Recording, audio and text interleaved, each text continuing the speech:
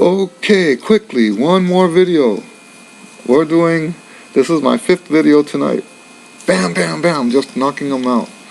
I hope these are actually working. I don't know. Well, I'll test them when I get inside. The last tune we're talking about now, this is for the All-State Jazz Improvisation for the state of Texas. We're doing the tune Mr. PC. Now, Mr. PC is actually an easier tune to play, except that it's faster. But anyone can play fast. I don't have time to talk about that today, but yes, anyone can play fast. Playing fast has never been, in jazz improvisation, playing fast has never been an obstacle for a legitimate obstacle for any player. The only time it's an obstacle is when you think it's not an obstacle. Okay?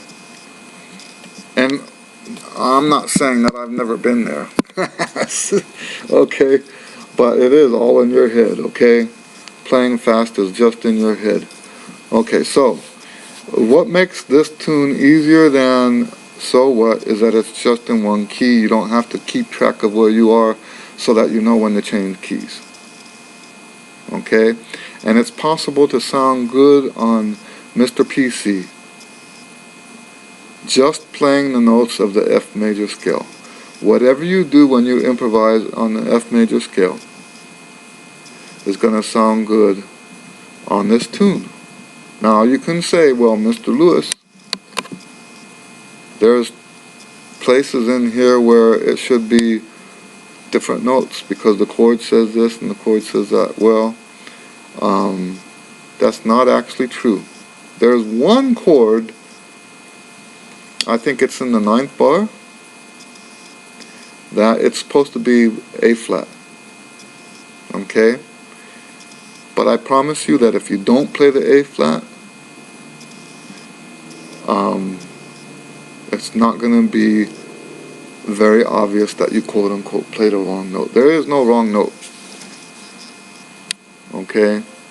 You go look at the transcriptions. Listen to people playing this tune. Anyway, so we do want to do like we did with the other tune. We want to listen to the original. This is a John Coletrane tune.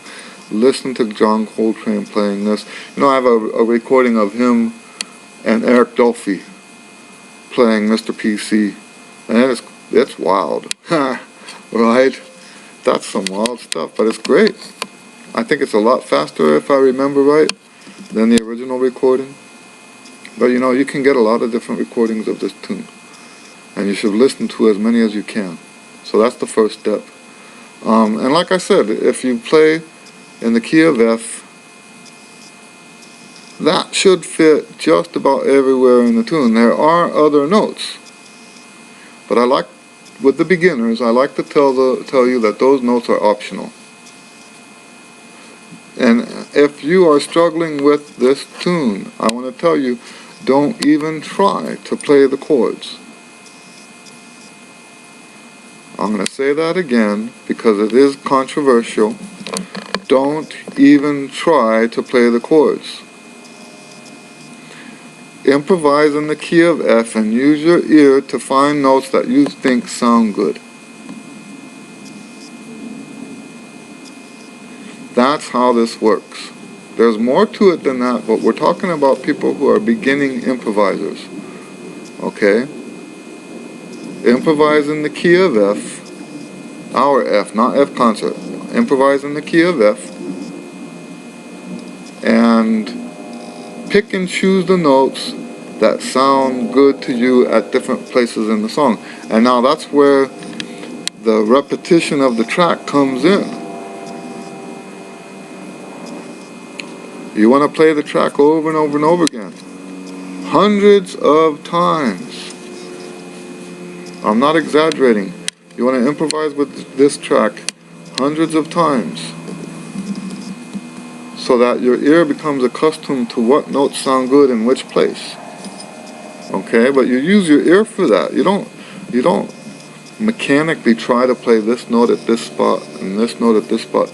It should really all be second nature.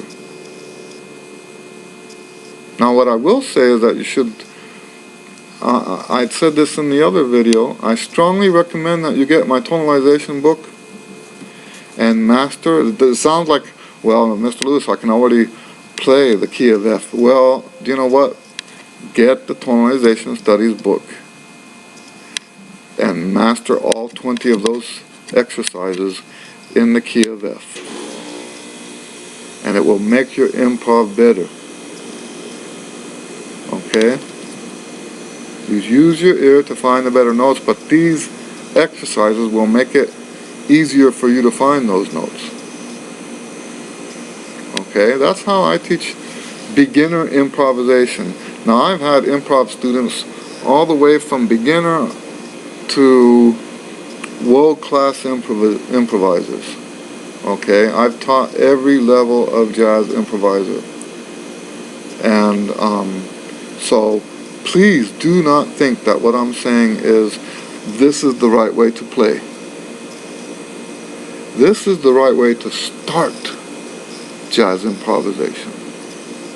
You start with the ingoing horizontal.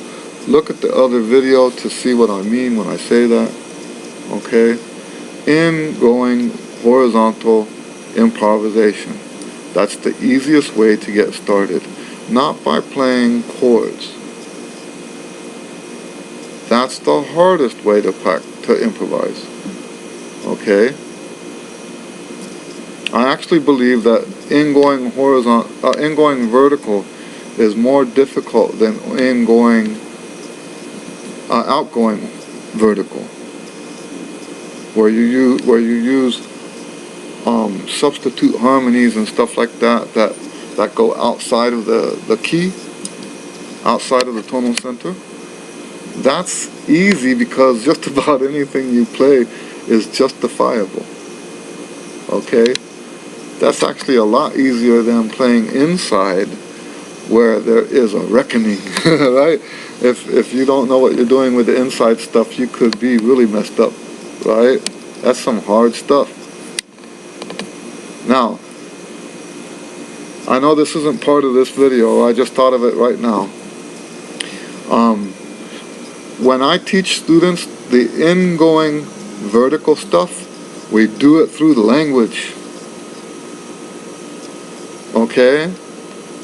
I don't teach ingoing vertical mechanically. I mean, I'm sorry. Yeah, oh, no, that's right. Ingoing vertical. We don't teach that mechanically. Outgoing vertical is also not mechanical either. But I'm specifically talking about what it is. And the reason I mention that is because the way the improv teachers teach it, they teach ingoing vertical mechanically. They teach you the notes to play.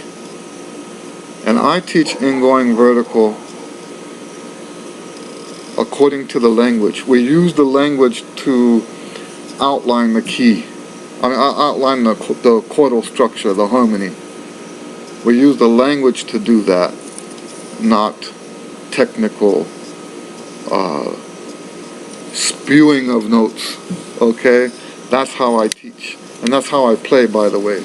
When I'm playing ingoing vertical, I'm using the language to do that. And that's not something I can talk about in this video. Language is something that you learn over a long period of time.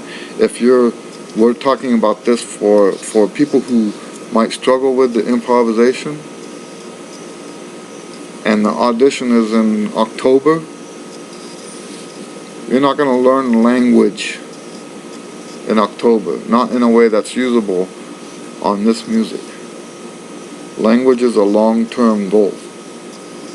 Years. Okay? Decades. You master the language through a very long process. Okay? So, but that's what I'm saying. This is why we start with the ingoing horizontal approach. Because it doesn't take decades to learn it. You can sound good now. You can sound good now. all of the successful students I ever taught, and I don't brag about who my successful students have been. I just don't think that's right for me to do that. Some people do that all the time as part of how they advertise lessons, right? I'm not like that. I don't need to do that, and I won't do that to the people I've taught. One exception. Sometimes I will mention somebody in a lesson because that person struggled with something, and I can use that person as an example of how they overcame the struggle. Then I will mention a name sometimes, because then it has a little bit more impact. But yes, I've had extremely successful students, and I taught every single one of these students this way. From the beginning, we learn ingoing horizontal first, and we expand from there. Okay? Alright. Anyway, so if you have any questions about this, please feel free to ask below. I hope these videos are working. Like I said, it's not ideal, but I wanted to get this out there because you guys are asking, and I'm on vacation. Okay, we are doing the Q&A in the morning. I'm recording this on Friday, so Saturday morning, tomorrow for me. It's not tomorrow for you. But yeah, we're doing that. But other than that, I'm on vacation. One of the things we're going to talk about tomorrow is the fact that I don't practice on vacation. Okay? I know, people think that's sacrilege. But that's how I am. I don't believe in making trumpet my God. Okay, I have a God. And that's why I bless you guys every time I end the video. And I'm going to do that now. God bless you guys. Right? And we'll see you on the next video. See you in the morning. You won't see me on your morning, but on my morning it's going to be morning. Right? Okay. Good night.